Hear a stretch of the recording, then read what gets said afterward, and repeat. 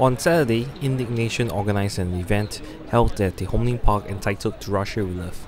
A crowd of over 100 people turned up at the park to show their support to the event. The objective of the event is to show solidarity with the LGBT community in Russia, who have been allegedly prosecuted as a result of the recent legislation laws adopted by the Russian parliament in July. With effect of the law, dissemination of information on non-traditional sexuality is being banned in Russia. Though the government claims that the law is meant to protect children and young people from information and propaganda that are harmful to their well-being, there has been a widespread increase in the number of violent incidents, assaults, harassment and bullying of Russian LGBT people as a result of the new law. I'm Benjamin. I'm actually representing a LGBT youth community group called Young Out Here.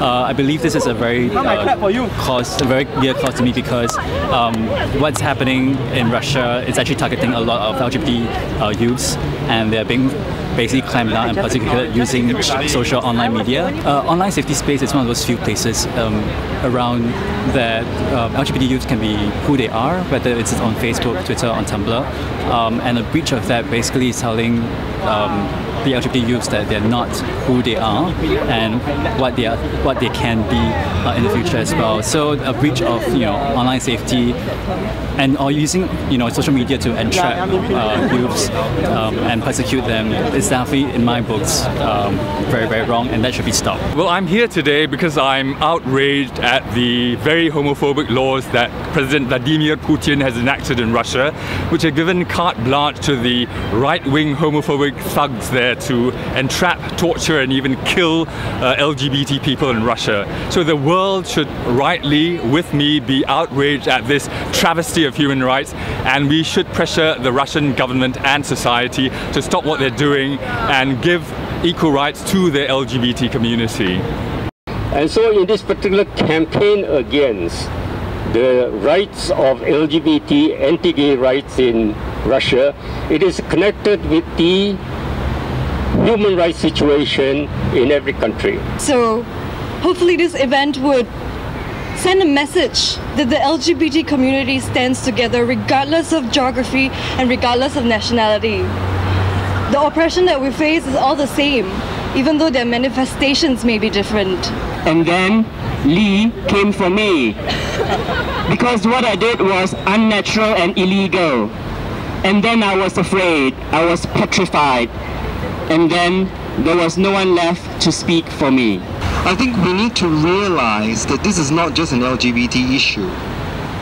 The two men who were attacked, we don't know that they were gay. It was just because they didn't fit in, they didn't look straight. This is about people trying to force others to conform. This is about not respecting each human being having intrinsic worth. That some lives have no value. And Hong Lim Park saw its by far younger speaker, 12-year-old Theo Chen, in this event. As I like to call education, will only make people think that gay and faggot and fag are discriminating and harmful words and will continue to use them. And the same goes for any word used to describe the LGBTQ community, such as lesbian, transgender, etc. So this new law is effectively encouraging close-mindedness and bullying. It is not fair to deprive the next generation of the knowledge that they deserve as people. Thank you for listening. Какинописи, жесткие страницы, страдания выводит на щеках. I was disturbed by the violence and the homophobia that is happening in Russia, and I think many of the problems and difficulties that the LGBT community there face are also very similar to what we face here in Singapore. LGBT people in Singapore are also bullied. Some of them might be assaulted. You may not hear about it, but these things do happen, and we still have laws which discriminate against the LGBT community. So I think it is there is a value in showing solidarity with other communities around the world who are being oppressed and who are victims and survivors of violence. Jonathan Wham and the other organizers will be presenting the signed petition to the Russian embassy this week.